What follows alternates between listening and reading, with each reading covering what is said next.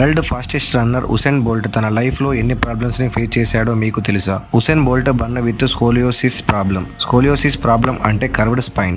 Normal గా అందరికీ spine straight గా ఉంటుంది, బట్ ఉసేన్ బోల్ట్ తన స్పైన్ రైట్ సైడ్ కి బెండ్ అయిపోయి ఉంటుంది. It's very difficult to run.